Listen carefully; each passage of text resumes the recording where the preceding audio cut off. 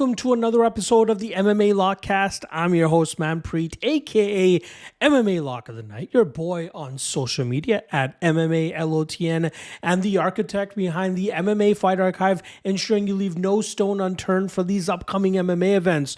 With over 19 different promotions from all over the world, we have you covered with up to 4,800 fighter profiles currently on the service with direct links to past fights. For all these fighters, you have a one-stop shop to ensure you only need one service so that you can get all your studying done in a timely and efficient manner. Find out why we have over 115 subscribers to this service, and you can try it out for free with a 7-day free trial. Check the link in the description below. And again, if you are an analyst, a predictor, somebody that likes to break down fights, a coach, a fighter, I promise you'll find some value in this service, and it will make your life a whole lot easier as you have everything you need on one page for all these fighters. So once again, 7-day free trial. Check the link in the description below. And without further ado, let's get right into the podcast here. So we got UFC 311 going down this weekend in Los Angeles. Unfortunate circumstances over there right now with all the fires. My heart goes out to everybody that's lost some things or lost their homes and lost some valuables. So hopefully they're able to remedy that ASAP. But it seems like the UFC is staying steadfast and holding their event over there at the Intuit Dome, which is a relatively new arena in the area, which houses the Los Angeles Clippers. But maybe it is an opportunity for the UFC to bring up the spirits of the locals and keep this event there, and hopefully bring in some money as well for the community to try to bounce back from this fire. So the main event, we got main event and co-main event, we got a double headliner here in terms of title fights. In the co-main event, we have the bantamweight title on the line as Dvalishvili looks to defend his title for the first time after winning it in September over Sean O'Malley. He goes up against the 18-0 undefeated prospect, well, I guess we can call him a contender now, Nurmagomedov. And then in the co-main event, fellow Dagestani Islam Makhachev looks to defend his lightweight title as he takes on a former foe in the form of Arman Tsarukyan. A very fun first fight between these two back in 2019. Now they try to settle the score once again in 2025 with both guys much more improved than we saw nearly 5.5 years ago. We got a bunch of other great fights, not to mention a high-stakes light heavyweight matchup between Prochazka and Jamahal Hill. So many good fights, 14 total fights on this UFC card. Now, let's quickly do a recap of last week's Lock of the Night and Dog of the Night plays. Not the start that I wanted to the year in terms of my Lock of the Night play, which I ended up going with Jose Johnson as he took on Felipe Bunes. I really expected him to be able to keep this fight standing, or even if it got into the grappling realm, I thought his submission defense would be good enough to deal with whatever Bunes was throwing his way, but I was wrong. After a few scrambles and possible reversals, Johnson eventually got caught in an armbar and was forced to tap. So that causes us to lose our first Lock of the Night play of the year for the UFC. And we also had to take an L on our LFA Lock of the Night play with Abraham Del Toro losing within 2 minutes or so. I was very surprised. No video on that fight, so I was unable to see what exactly happened, but I expected him to go out there and ragdoll his opponent. That did not end up happening, so maybe he got hurt early, and that eventually led to the finish there. So 0-2 to start the year on Lock of the Night plays. Not the start that I wanted, especially after going 11-3 on predictions on my UFC card this past week. It's shitty that one of those 3 losses was the Lock of the Night play, but we'll see if we can keep the prediction hit rate at a high here and hopefully get the Lock of the Night play for us here. So also Dog of the Night play, that did come through for us. It was dog heavy last week, and luckily one of the many dogs that I did pick for last week's card came through for us in the form of Christian Rodriguez as he goes out there and hands high-level prospect Austin Bashi his first loss in 14 professional MMA fights, and that is just a reminder how good Christian Rodriguez can be, and that Julian Rosa loss was more of an anomaly than anything, and he's able to go out there and cash as a plus 220 dog. Our LFA Dog of the Night play was Sheldon Struble, who had a solid round and a half before it seemed like his gas tank got the best of him, and his opponent was able to muster up a finish in the second round there, causing us to rip up our Dog of the Night ticket. That now brings our Dog of the Night record to 1-1 to start off the year at 50%. I'm happy with that because that means we're in the profit. All right. Quick shout out to the guys over there at GodzillaWins.com, providing your boy a platform to drop written breakdowns on a weekly basis.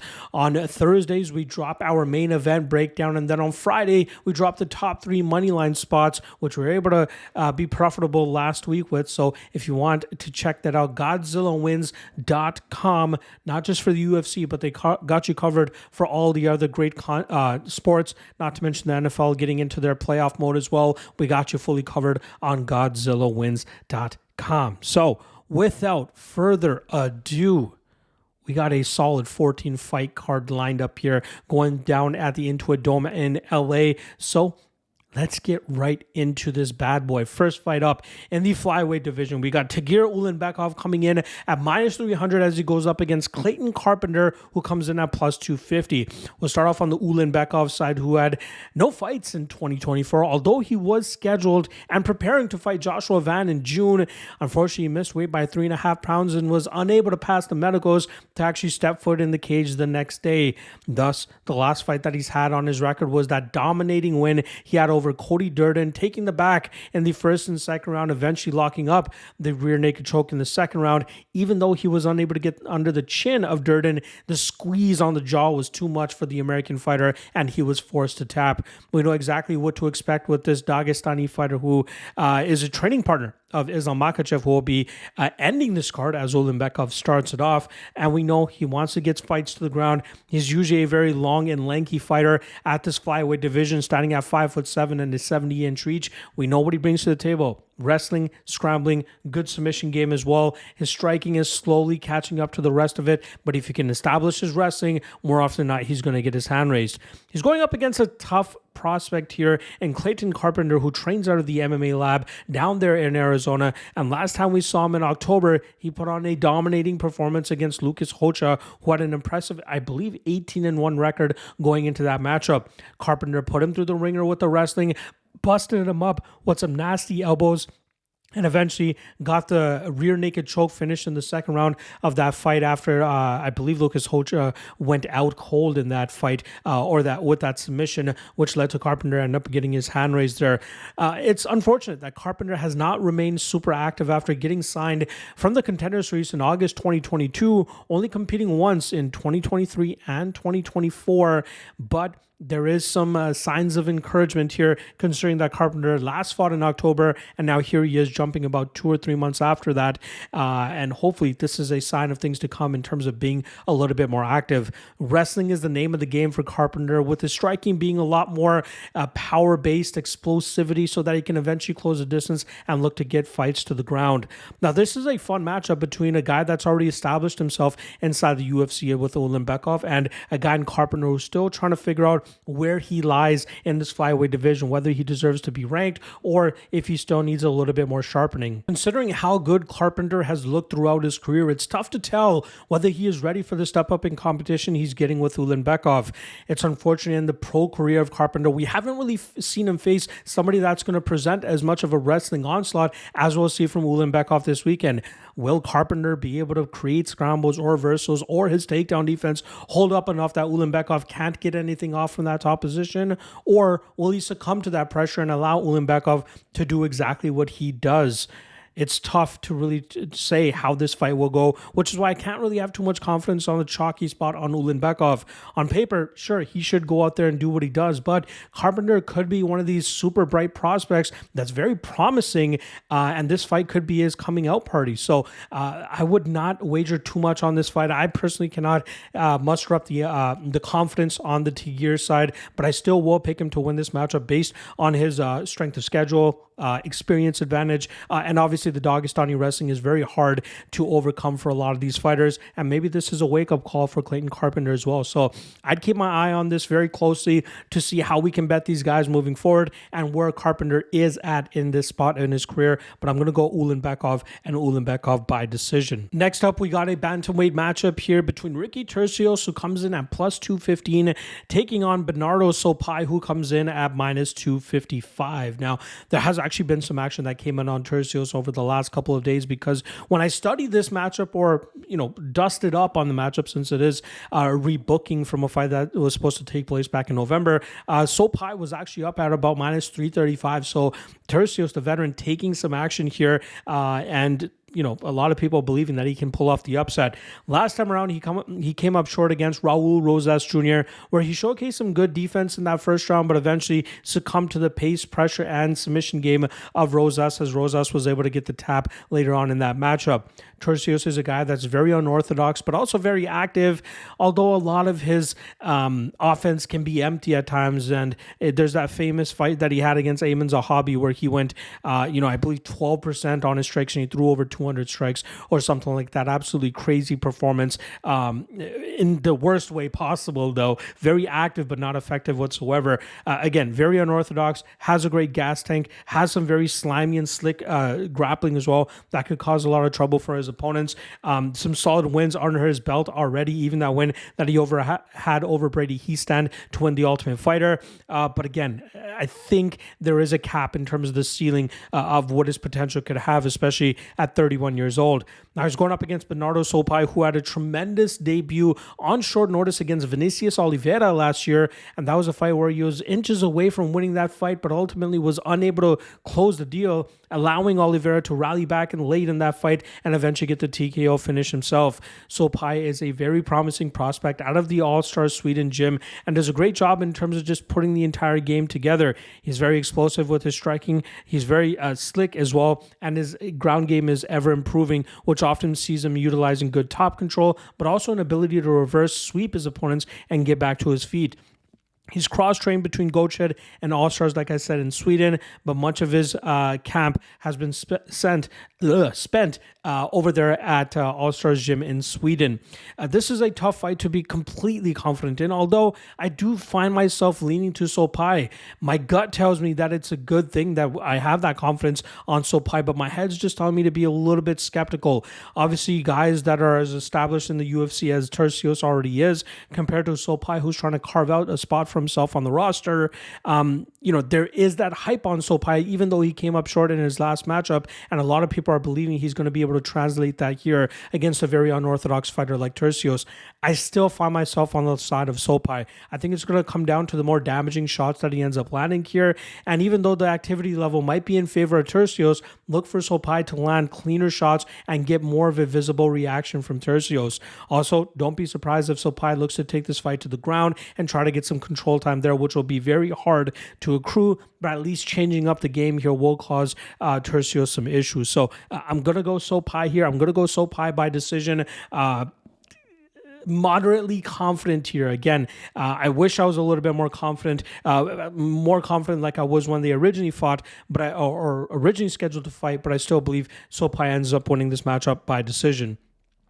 All right, next up, we're going to go to the bantamweight division, as we got Rinya Nakamura coming in at minus 550, going up against Muin Gafurov, who comes in at plus 400. Now, Rinya is a part of that Japanese contingent that's been making a splash in the UFC over the last 2 or 3 years. Obviously, Tatsuro Taira got a little bit, or hit a bit of a speed bump by losing to Brandon Royval near the ending of last year. There's also guys like Reese, who's up there really trying to find himself in this division as well. But Nakamura, 9-0, comes from an Olympic wrestling background, showcased some solid hands on his road to UFC campaign, which ultimately ended up getting him into the UFC with a February 2024 victory that was, I think, less than a minute over Toshiomi Kazama, knocking him out very quickly. But he's used his smothering grappling approach in his last 2 fights, specifically against Carlos Vera last time around, where he was able to accrue over 13 minutes of control time, keeping him on his back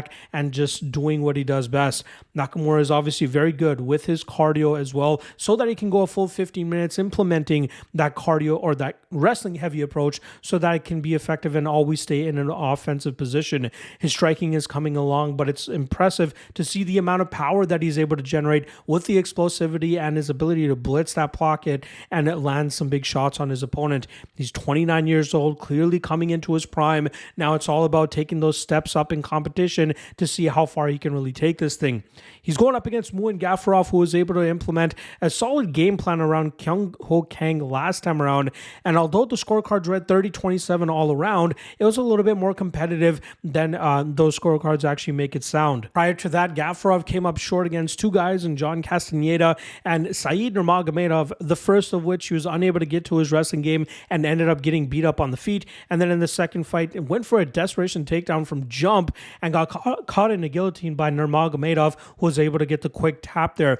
Gafurov is a guy that likes to utilize a power punching approach, crashing the pocket and landing his big shots, or if he sees the opening to change levels, he's going to look to attack with the wrestling and try to get opponents to the ground.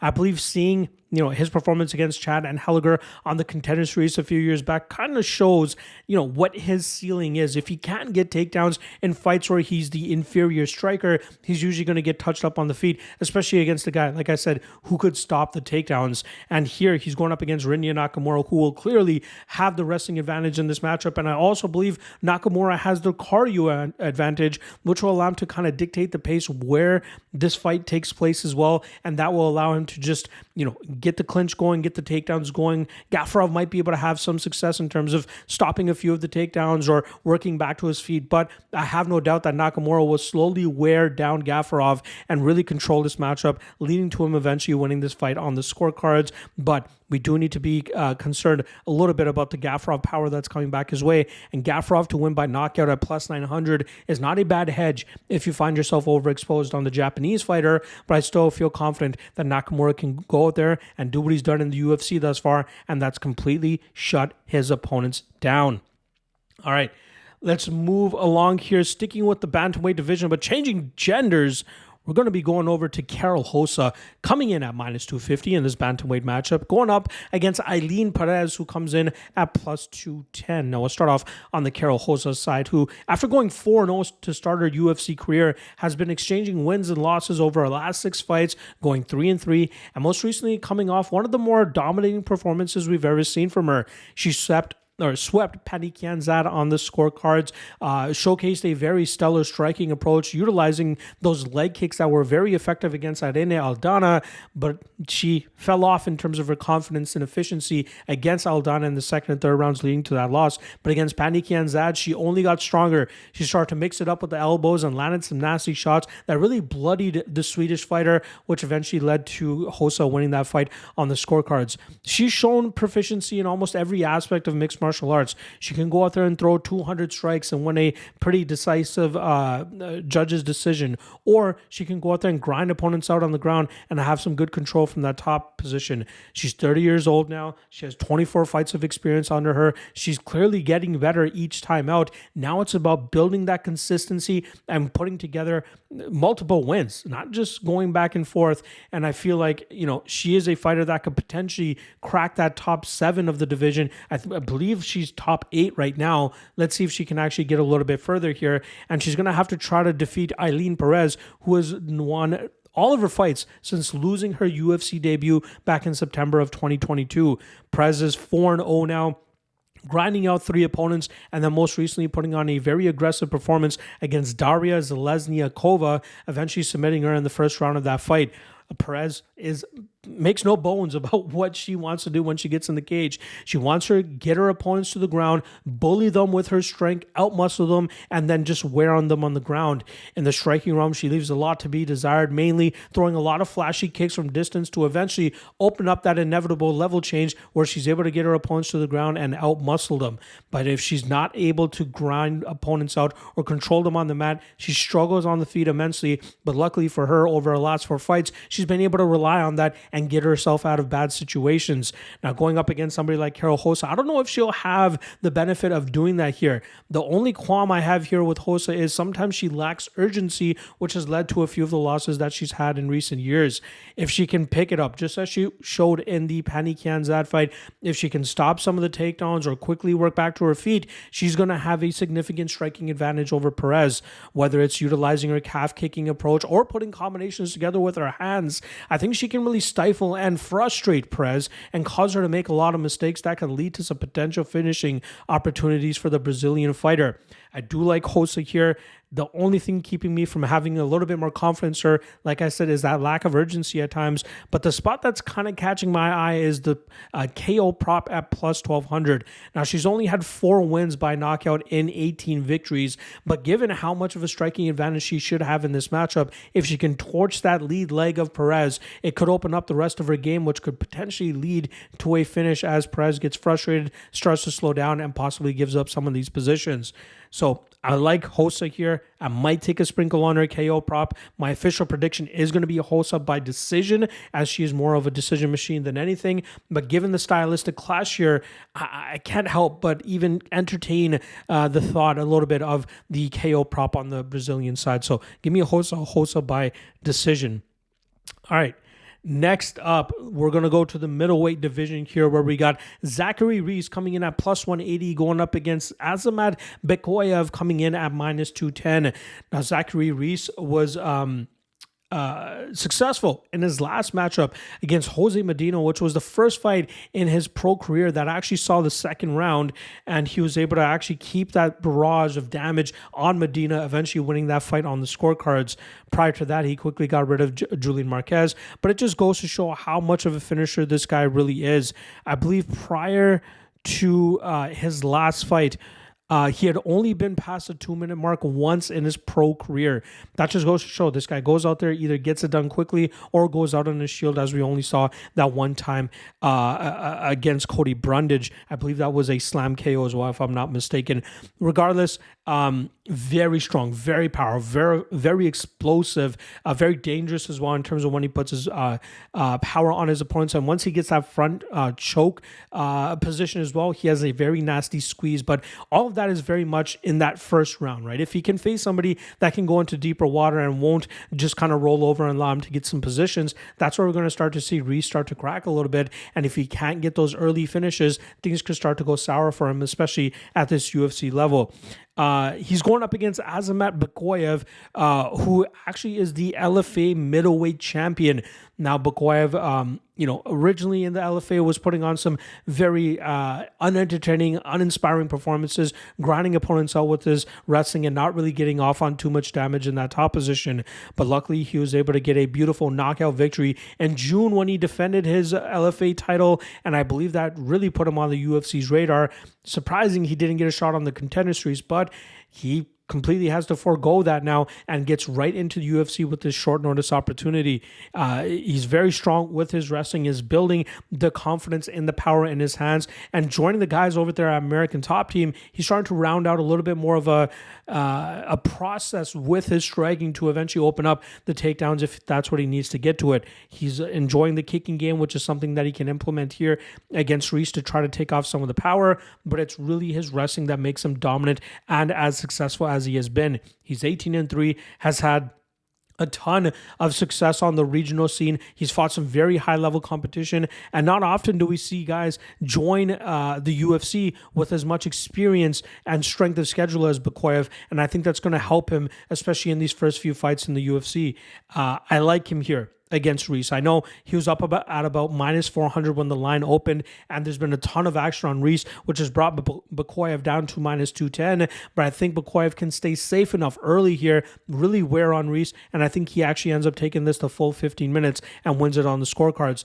I'm going to stay patient here. It seems like more money continues to come on Reese, and if we can get Bekoev closer to that minus 185 range, 65% indicated, I'm more than happy to take a shot on him there. So this is more of a wait-and-see type of approach with Bekoev and see if we can get a better line on him, but he's definitely better than Reese.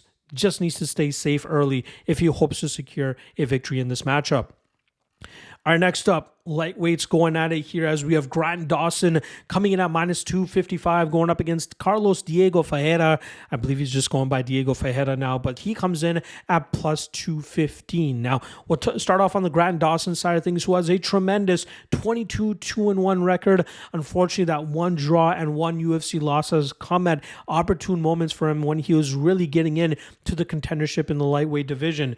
I believe after he had that draw against Ricky Glenn, he ended up changing camps, leaving Glory MMA, going to American Top Team, and rounding out the rest of his game. And I thought that was a very solid move for him to make. Obviously, since then, he went 3-0, then ran into Bobby Green, where he got knocked out in the first 40 seconds of that matchup. Coincidentally, exactly how he lost his first fight, which I believe was his 9th or 10th professional matchup, getting knocked out in about 20 or 30 seconds.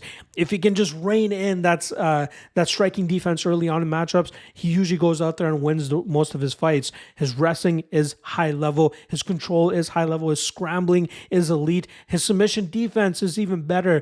Just go back and watch that fight with Joe Selecki, where he got caught in a very tight choke, but he stayed confident, stayed comfortable, stayed disciplined, and eventually worked himself out of that position and went on to dominate the rest of that matchup. We saw a fire in him last time around as he finished Rafa Garcia in the second round of their matchup, showcasing that he can turn it up if he needs to, and if he hopes to get back into a main event slot like he had against Bobby Green, or hopes to get into title talks, he's going to have to bring that fire. He's going to have to bring that finishing attitude. And what we saw from Garcia could be a start of this new version of Dawson that we're seeing.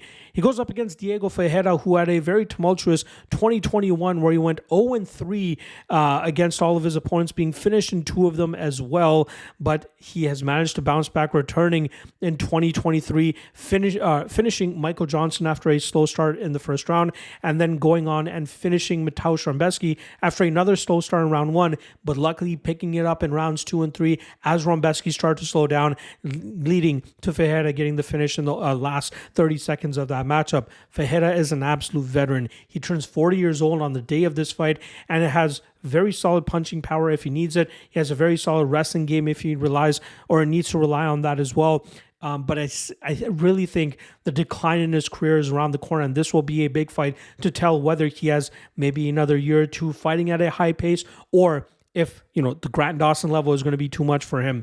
Unfortunately for Ferreira, I believe Dawson is going to be too much. I think the improvements in the cardio from Dawson, not to mention the improvements in the striking to, not just completely rely on the grappling, which obviously tires out a fighter a lot quicker than trying to manage your gas tank and throwing out some pot shots to eat up a couple of seconds off the clock before you get to the wrestling. And that's exactly what I think we're going to see here from Dawson.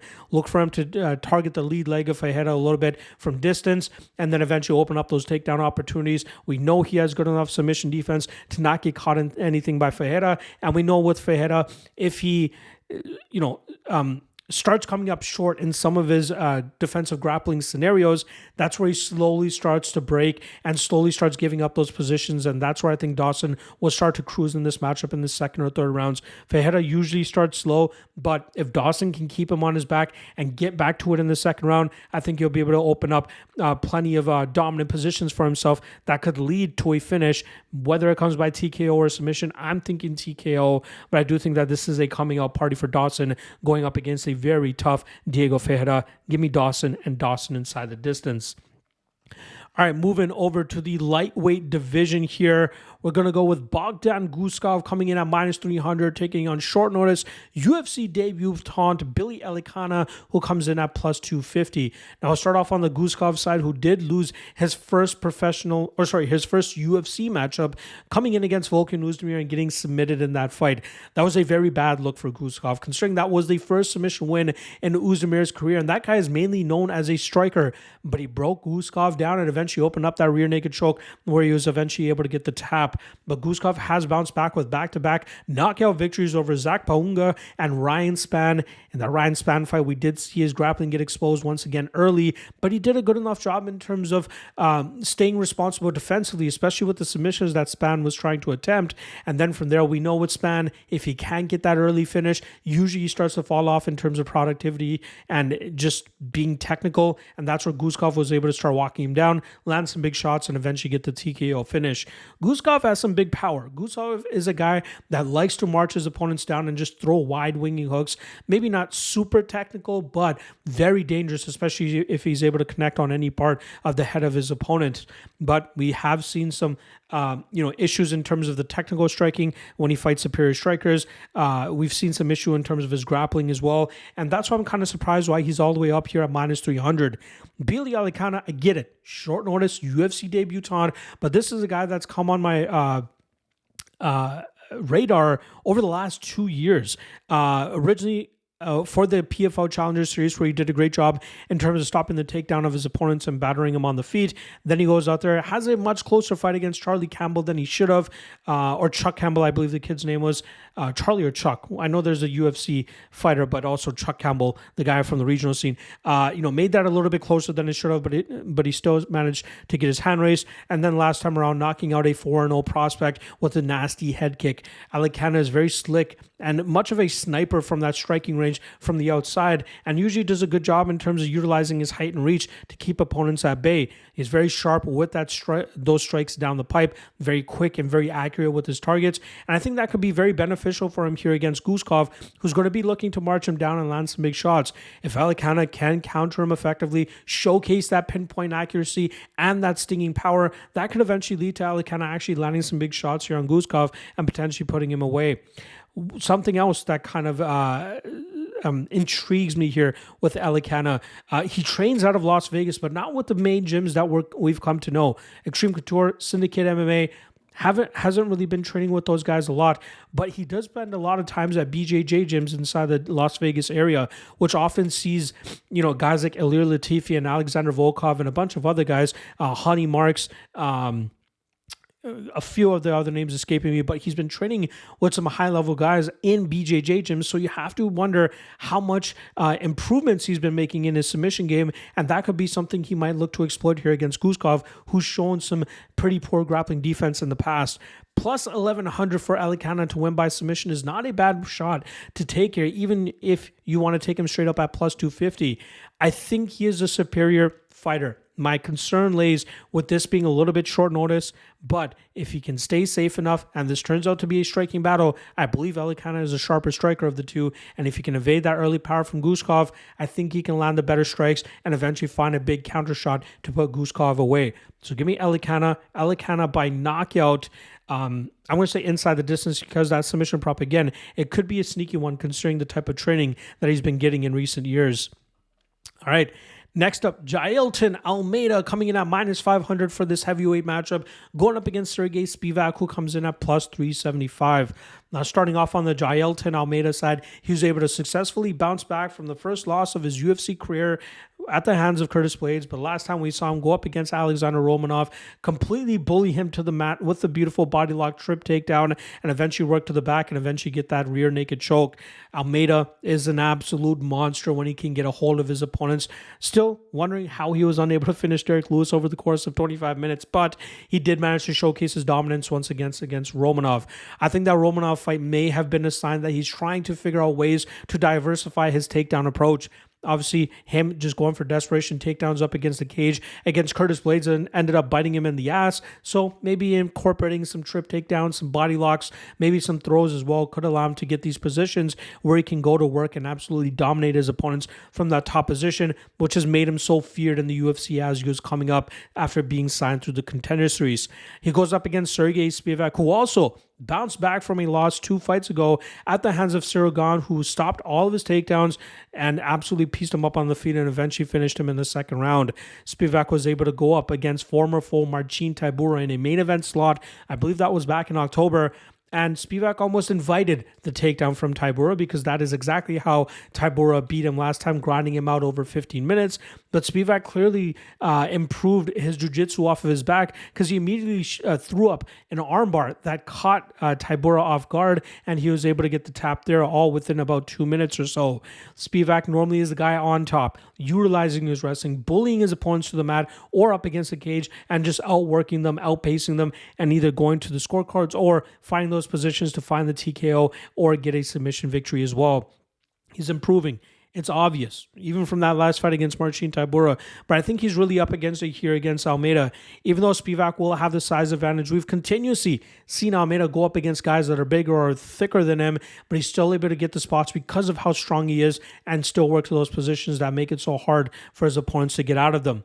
Both guys leave a lot to be desired in the striking realm, which is why I believe we'll see this immediately get to the grappling realm, where we'll see Almeida establish his dominance once again, and I think from there he'll be able to posture up, land some big elbows, land some big shots, and eventually finish Sergey Spivac by KO. Plus 240, not a bad line considering you have Almeida all the way up at minus 500. So give me Almeida by TKO ground and pound. Next up, a bantamweight clash between one of the hottest prospects on the UFC roster in the form of Peyton Talbott, who comes in at minus 1050. Yes, you heard that right, minus 1,050. He goes up against veteran Raoni Barcelos, who comes in at plus 725. Now, we'll start off on the always entertaining Peyton Talbott, who has a clean 9-0 record, and it did exactly what you would expect a minus 1,600 to do last time around against Yanis Gamuri, as he knocked him out in 19 seconds. Absolutely ridiculous shot that he was able to land with precision and power, dropping Gamuri, and then gets the walk-off finish there. Beautiful work from him. Even though when he had against Cameron Simon, very grueling matchup, but for the most part, he was in the driver's seat, landing his combinations, landing his strikes, and eventually getting a finish. I believe that came in the second round as well. Talbott, very clean striker, very crisp striker, does a great job in terms of setting traps and springing them on his opponents. And the issue that he had earlier on in his career was his grappling defense, but he has very much shored that up now. He does a great job in terms of staying on his feet, and then from there butchering his opponents when he's able to find those openings.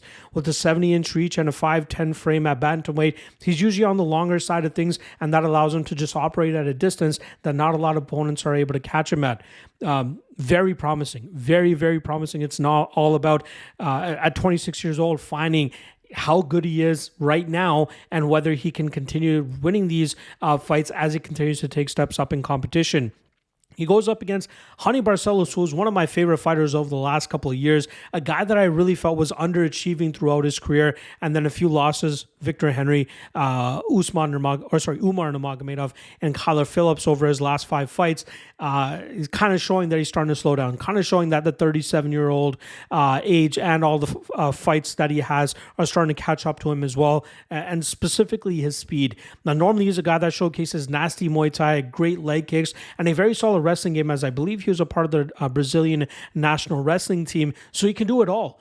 But it's all about the physical disadvantages that he's at this stage of his career that allows opponents to either touch him up utilizing speed and power, or shut down his wrestling game by utilizing more movement, more footwork, pivoting off, and not letting him get deep enough on these takedown attempts. He started very slow against Christian Quinones last time around, eventually started to pick up steam in the second and third rounds, and led to that submission win, but I think he is coming into this fight to do a job. At least that's what the UFC is hoping to do. Again, Barcelos is very tough to fade at, plus 725. To get that kind of number on a guy of his skill set seems to be an auto bet for a lot of people, but the more that I'm thinking about it, the physical advantages specifically for Peyton Talbott and the speed will be too much for Barcelos to overcome. I don't think he's going to be able to corral him in and get him into these spots that will keep Peyton Talbott on the defensive. I think Talbott will use his speed and his range. He has a 3-inch reach advantage as well as a 3-inch height advantage. I think he's going to maximize that specifically with the speed. He'll be able to land those straight shots down the pipe, and I think that's going to lead to him getting that knockout. Maybe as brutally as Umar was able to do against Barcelos, maybe even more brutal than that. But minus 1,000, I don't care how wide the advantage is for any fighter. You should never be parlaying that because of a volatile sport like MMA. You never know what's going to happen. So I'd rather try to hone in on a more specific prop and try to extract as much value as I can from this. As of time of this recording, I was not able to see a line on it, but Peyton Talbott to win by round 1 knockout at anything better than plus 100, I'm willing to take on a shot on it. I feel that confident in that spot. But again, if he ends up slipping on a banana peel, at least I'm losing a plus 100 rather than a minus 1,000 parlayed with other things that could really, mess things up there. So regardless, I'd be surprised if Talbott fumbles the bag here. I'm going Talbott and Talbott to win by round 1 knockout. All right, next up, middleweights going at it here as we have Kevin Holland coming in at a pick'em price against Reinier de Ridder, who comes in at, like I said, a pick'em price of minus 110. We'll start off on the Kevin Holland side of things, who's coming off of a TKO loss at the hands of Roman Dolidze. Specifically, it was a rib injury that caused Kevin Holland to not answer the bell for the second round after he got taken down by Roman Dolidze. He tried to throw up an armbar, I believe it was, and during that transition of Dolidze getting out of it, I think Holland popped a rib or something like that, and that caused him to be very ineffective for the rest of that matchup. He is 1-3 over his last 4 fights, with that one victory coming against Michal Oleksiejczuk in a fight where Michal actually dropped Holland with a beautiful combination, but the unfortunate fight IQ of Oleksiejczuk forced Oleksiejczuk into the guard of Holland, where the BJJ black belt was able to throw up an armbar and eventually get that technical stoppage there. If it looked like Oleksiejczuk dislocated his elbow or something like that. But that's the danger that Holland provides. He's a BJJ black belt, but obviously there are levels to BJJ as well, obviously see in this matchup. But Holland still at his best. I think he does very well in terms of picking his opponents apart from distance, getting those combinations going, utilizing that nasty 81-inch reach at middleweight, which is usually very hard for a lot of fighters to match with, and his speed as well usually allows him to really touch up opponents from distance, either leading to knockouts or club and sub opportunities as well. He's going up against Reinier de Ridder, who had a tremendous run with ONE FC that led to a 16-0 record and him capturing double champ status. Unfortunately, he would lose both titles to Anatoly Malikin, who was seen as one of the better heavyweights outside of the UFC, up until he ran into Rugru, which is still one of the craziest and more bizarre results that we saw last year in ONE FC. But he did manage to bounce back under the UAE Warriors banner, and that got him signed to the UFC, where we saw him go out there and have a grueling scramble fest against Gerald Meerschaert, leading to him getting a third-round submission victory over the veteran. De Ridder is a high-level BJJ black belt that does such a good job in terms of utilizing his lanky frame, 6'4" height, 78-inch reach, very good in terms of latching onto chokes or submissions and really getting that squeeze in to force a tap from his opponents. I believe 13 of his 18 wins have come by submission, and even the 3 KO, TKO losses he has on his record can be pointed to the BJJ, with him getting into those ground and pound positions to get the finishes. He's very good. He's 34 years old, which is kind of the downside of him coming to the UFC so late in his career. But in this matchup against Holland, I think we could see him really shine. Obviously, on the feet, he's going to be at a bit of a disadvantage, but we know that Holland has often had issues with keeping fights in the upright position, even in fights where he ends up having the advantage. But I believe De Ridder will find ways to engage with him in the grappling realm, and I think that will eventually lead to De Ridder finding submission opportunities and taking it on home with him. -110 is a great line to take a shot on a guy in De Ridder who has the capabilities of exploiting the grappling defenses of Kevin Holland, which has been kind of the flaw throughout his UFC career. And to even get the submission line at +285, I think is a damn good spot to take a shot on as well. So I'm going to go De Ridder here. I think he eventually gets those takedowns or those weird scrambling positions that allows him to get a dominant position, and I think that ends up with him finding a rear naked choke or a submission somehow, some way. But Holland, ever flaky, I think he flakes once again here against De Ridder, so give me De Ridder by submission. All right, next up, a fight that has the potential to have a ton of violence mixed in here.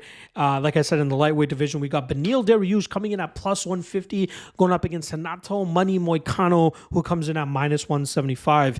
Now, Beneil Dariush had an 8-fight winning streak leading up to his matchup against Charles Oliveira, and unfortunately, after a solid 2 to 3 minutes to start that matchup, he ended up getting caught by Oliveira and being finished, and that halted the championship run that we were potential contender run and leading to a championship title shot for Dariush. That would be followed up with a nasty knockout loss to Arman Tsarukyan at the ending of 2023. Opening minute, I believe, or so, Tsarukyan was able to land that big shot and put him away. Now, the perception of Dariush is far from what it used to be. Obviously, he was very dangerous, but even in those spots that he was a underdog against Mateusz Gamrot, he was able to stop all of Gamrot's offense, land the better shots on the feet, and end up winning that on the scorecards. Dariush is a very hard guy to control in the grappling realm. He's a high-level BJJ black belt. He does a great job in terms of looking for submissions, but defensively speaking, never settles for bad positions and can often find his way back either on top of his opponents or back to the striking realm. Now, the striking is another aspect of his game that needs to be commended, right? Even though he got finished in his last 2 matchups against dangerous guys like Oliveira and Tsarukyan, clearly he is one of the best BJJ specialists initially coming into the UFC that has rounded out their striking game to the level that he has. I know this example was from years ago, but he was teeing off on Edson Barboza, who's seen as the better striker, but unfortunately he ended up getting hit by a big shot and Barboza was able to knock him out. But again, Dariush is a very well-rounded fighter who I think is being affected by recency bias here because of the 2-fight losing streak he's on. Now he's going up against Renato Moicano, who's on a completely different trajectory. You're talking about a guy who got pummeled by Rafael dos Anjos on a short notice spot, came back and won a fight against Brad Riddell, and then went away for injury. He was gone for a while, ended up coming back, and now has won 3 straight fights since that injury. But all those 3 fights have a little bit of an asterisk that we have to look at as well. Moicano, obviously we know he's a BJJ black belt, wants to take fights to the ground and dominate his opponents there. But it seemed like he was struggling a little bit against Drew Dober, who made it a very bad decision, looking for a reversal or a takedown against Moicano, which allowed Moicano to reverse it and end up getting into top position and continue to grind that fight out. Again, that was a 1-1 fight going into the last round, and Dober made a very bad mistake that Moicano was able to take advantage of. Then the Jalen Turner fight at UFC 300. Turner had him dead to rights in round 1, but did a bad job of following up with those big shots that he was landing to get Moicano out of there, which led to Moicano getting the position he needed in the second round and getting the TKO finish over the Tarantula. Another bad fight IQ moment there from Turner. And then the Benoit Saint Denis fight. Moicano got a very dominant position early, landed some nasty elbows that caused a huge gash over the eye of Benoit Saint Denis. But Saint Denis was allowed to fight in the second round, and he came back. He stopped the takedowns of Moicano, beat him to the punch on the feet, and it seemed like the momentum was shifting in the Frenchman's favor. Then, unfortunately, before the third round, the doctor stopped the fight, and Moicano was able to win via TKO cut. Again, these are small things that I'm poking at, and I think we need to realize that there is a good chance that Moicano could be 0-3 over his last 3 fights had those certain things not happen. Again, there's a lot of what ifs in what I'm trying to present here. I'm a big money Moicano fan. He's obviously very fun on the mic. It's always hilarious listening to him after he wins every fight and talks on the microphone, has gained a huge following because of it as well. But in this matchup, I do think there's a ton of recency bias, which is making Moicano the favorite here. I think Dariush is the better overall fighter. I think Dariush can shut down the grappling game of Moicano, and I think Dariush is the better striker as well. Obviously, you have to take it with a grain of salt considering the potential durability issues that might be plaguing Dariush at this stage of his career, but Moicano is not this crazy knockout artist. A lot of his knockouts are coming on the ground where he's able to get dominant positions and TKO his opponents, but I think that Dariush can stay out of those bad positions and force Moicano to strike with him, which could actually lead to Dariush getting a finish of his own. So, I love Dariush in this spot. I know the trajectory of both guys is a complete opposite, but Dariush is the more well-rounded fighter, and if he can shut down the takedowns of Moicano, which I have no doubt he will, he should be able to walk down Moicano, land some big shots, and potentially find a finish within the second or third round here. So I love the plus money on Dariush here. I could be, you can call me crazy given the trajectory of both guys, but if Dariush's chin holds up here, Dariush will look like, a minus 200 favorite, minus 220 favorite if he's able to implement his game and stay conscious. So give me Dariush and Dariush inside the distance. All right, high stakes light heavyweight matchup here between 2 former champions that were both forced to vacate their belts due to very bad injuries. First up, we got Yuri Prochazka coming in at plus 210, going up against former champion John Mahal Hill coming in at minus 130. Now we'll start off on the Prochazka side, who has 2 losses in his last 5 fights, both coming in championship bouts against Alex Ferreira. Pereira was able to knock him out in the second round in their first fight. I believe he did the exact same thing in the second fight back at UFC 303. Now, we have to cut Prochazka some slack, especially in that second fight. If you guys remember, that was UFC 303, the card that was supposed to be headlined by Conor McGregor and Michael Chandler, but unfortunately, pinky toe injury to McGregor forced a cancellation of that matchup, and the UFC scrambling to fill the void that was left by such a big spot like Conor was going to hold, and thus they relied on Alex Pereira. Initially, Prochazka was not going to be ready for that date. He turned it down originally, but after the UFC was scrambling too much, I believe they threw a huge bag at Prochazka that he was unable to turn down, and he ended up taking the fight and ended up paying for it as well.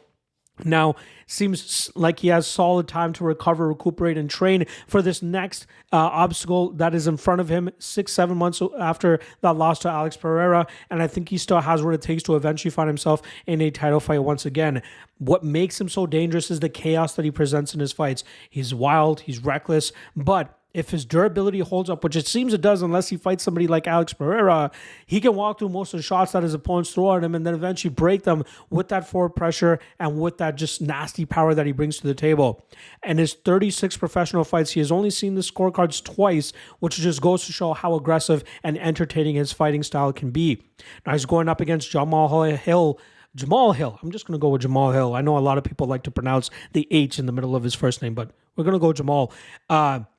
He's coming off a knockout loss at UFC 300 at the hands of Alex Pereira as well. So it's hilarious that both these guys have only lost to Pereira in recent fights. Hill maybe came back a little bit too quickly than he should have after that ruptured Achilles that he had that forced him to hang up the title after winning it against Glover Teixeira. I believe that was early 2024 or 2023, but he was out for a long time. Ends up coming back against Pereira and gets knocked out for his troubles there. Again, he's usually seen as a bit of a technical striker. His range and length usually allows him to stay away from most opponents and counter effectively as well. Has a little bit of that chin up issue that causes him to get clipped by certain opponents. But luckily, the only guy that's really been able to take advantage of that is Alex Pereira. And he obviously has some big knockout power that he can implement against his opponents. I really think that Hill is going to come up short here against Prochazka, and it seems like the public is slowly filling in on Hill here, which is why this went from a pick'em to a -130 on Jamal. But I think that Prochazka should be able to eat some of the big shots from Hill here and then start to pressure him, start to stay in his face, and really land those big shots. I don't think Hill is going to be able to eat clean enough, especially as we get into deeper water. I think Hill's going to hit him with the kitchen sink, and I don't think Prochazka is going to go anywhere, and that will allow the Czech fighter to really close the distance, land those big shots, and eventually land that finishing blow probably in the second or third round. Again, it's really the power and aggression of Prochazka that I think Hill is going to have some trouble with. Again, he's likely the more technical striker, but I just don't think he's going to have that power to put Prochazka out, which will, cause him to get frustrated, cause him to start second thinking. And once he starts getting hit by those big shots by Yuri, then I think he starts, getting down on himself, leaving more openings for Prochazka, and then Prochazka finds that finish and gets the knockout here. So give me Yuri Prochazka to knock out Jamal Hill within 10 minutes. All right, that brings us to our first of two title fights that headline UFC 311, and this one goes down in the bantamweight division as we have newly minted champion Merab Dvalishvili coming in at +250, looking to defend his title against the toughest challenge that the bantamweight division has to offer in the form of Umar Nurmagomedov, who comes in at -300. Starting off on the championship side here, Merab Dvalishvili earned that bantamweight title when he was able to go out there and ragdoll Sean O'Malley for about 4 rounds in September, and then pretty much win every single round except the 5th round where O'Malley had some solid success, and we saw Dvalishvili get his hand raised by decision. Dvalishvili may not be the most technical or skilled fighter, but his insane gas tank and the nickname of the machine is perfectly fit for him considering the style that he brings to the table. He is all action, all activity, all gas, all the time. He has crazy cardio, something that we've never seen in the UFC. You're talking about a guy who has 185 takedown attempts in 11 fights with the promotion, only landing 68 of them. But it's the ability to keep that pace up that causes opponents a lot of frustration in terms of getting off on their own offense because they're scared of the level change that is going to end up coming their way. His striking, again, leaves a lot of openings for fighters to take advantage of him, but it's just the constant pressure, constant movement that makes it hard for opponents to really get the rhythm down and get their timing down. And then Merab just gets to his game and just is the one often throwing more offense. The win over Petr Yan was the more eye-opening one for me, as I was surprised that Yan was unable to get off on any offense of his own, and he was pretty much muzzled by Dvalishvili, who just kept the pace very, very high. Now, something to note of, Dvalishvili actually wanted to wait a little bit longer to take this matchup because he wanted a little bit of time to recover after his September victory to win the title. But it seemed as though he was bullied into taking this matchup, similar to what his teammates Aljamain Sterling was bullied into taking that fight against O'Malley.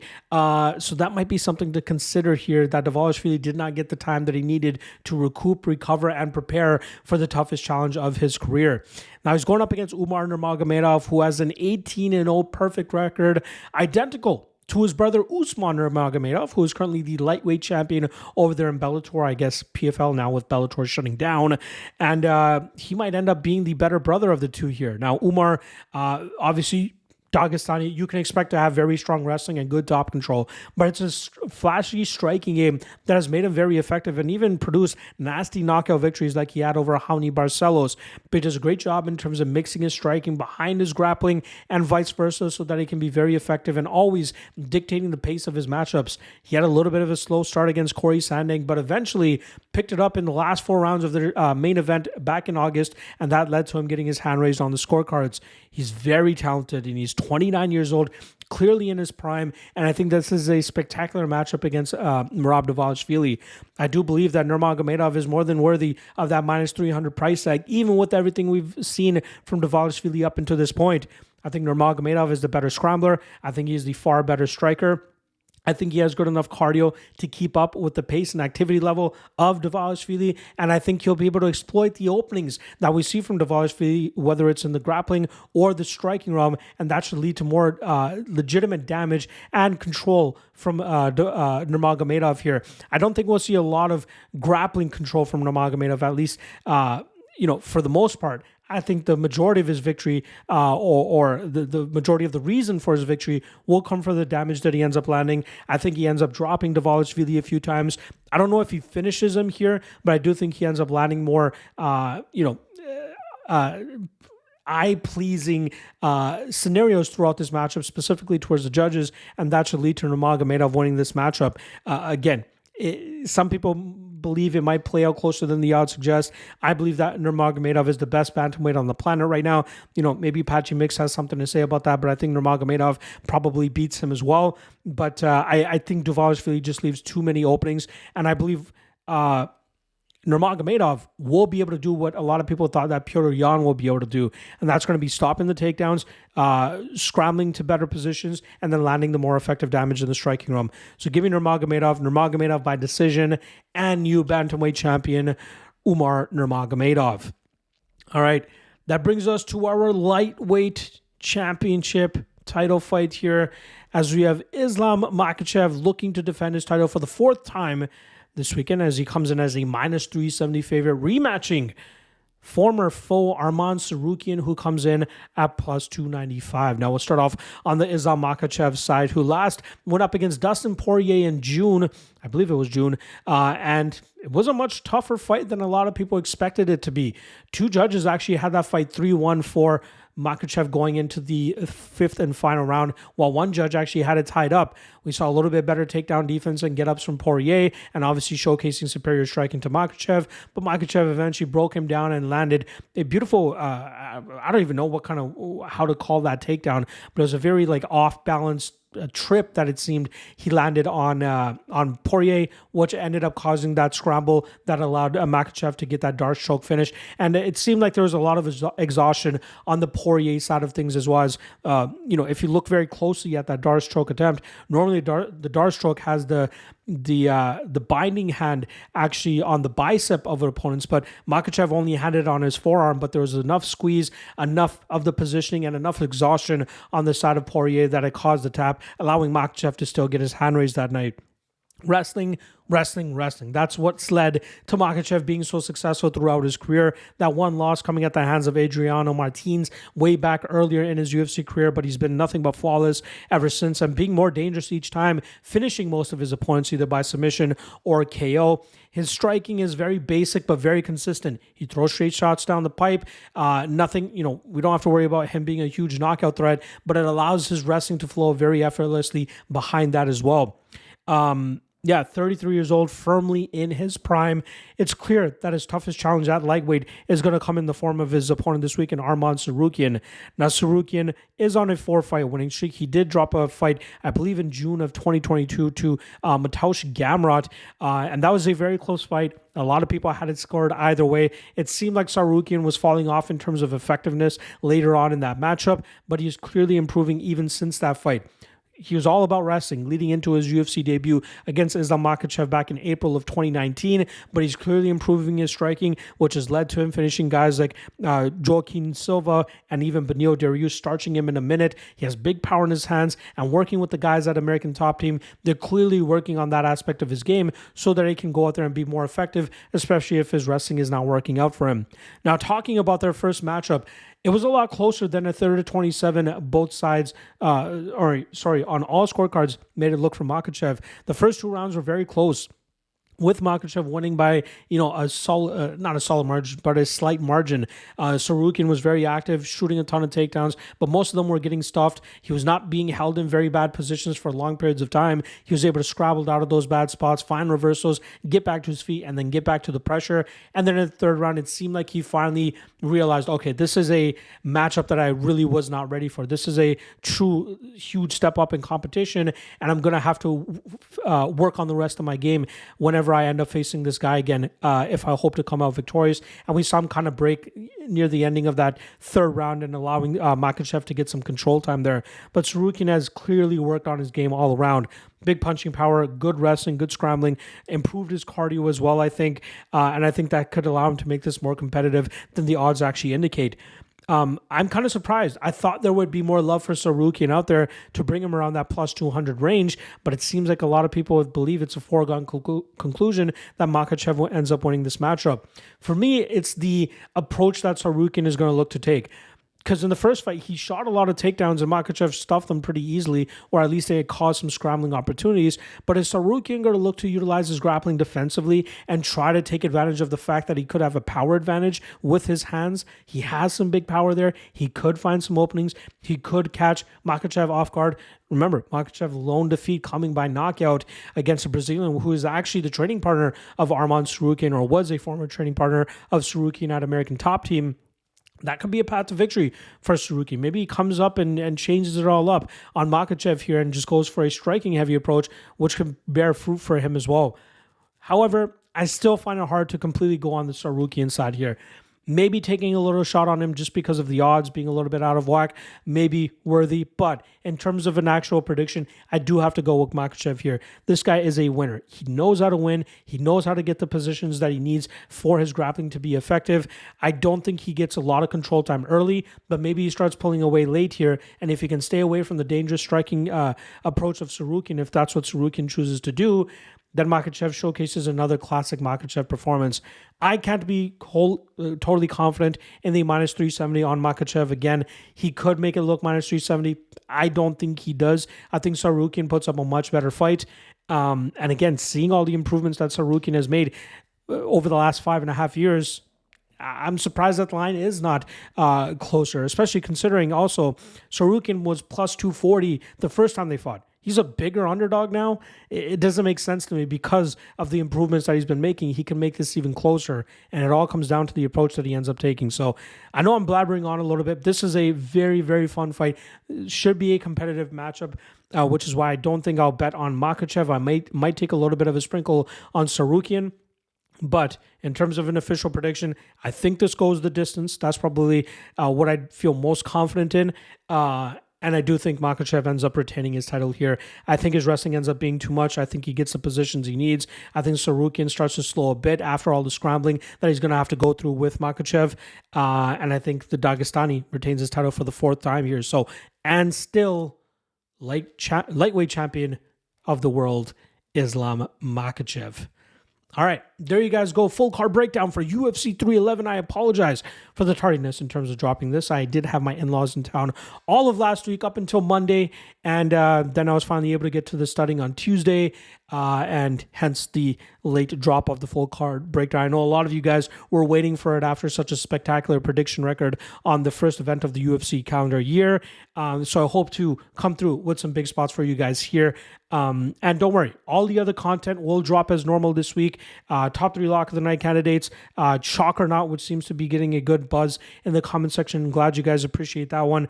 The quick picks, free parlay, and the prop drop will all drop over the next few days. So keep your eyes peeled on the YouTube channel for that. Hit that like and subscribe if you haven't already. Drop a comment. Let me know where you think I'm wrong. Some guy last week literally told me that Medic, Gaziasulev, and Bashi were all going to win. I believe those are the 3 names. They all literally lost.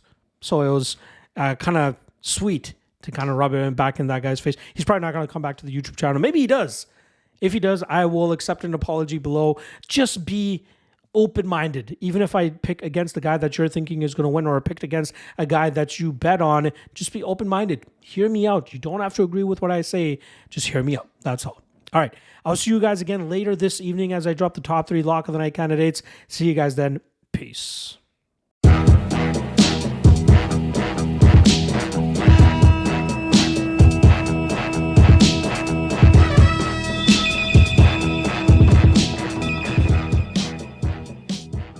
Last thing.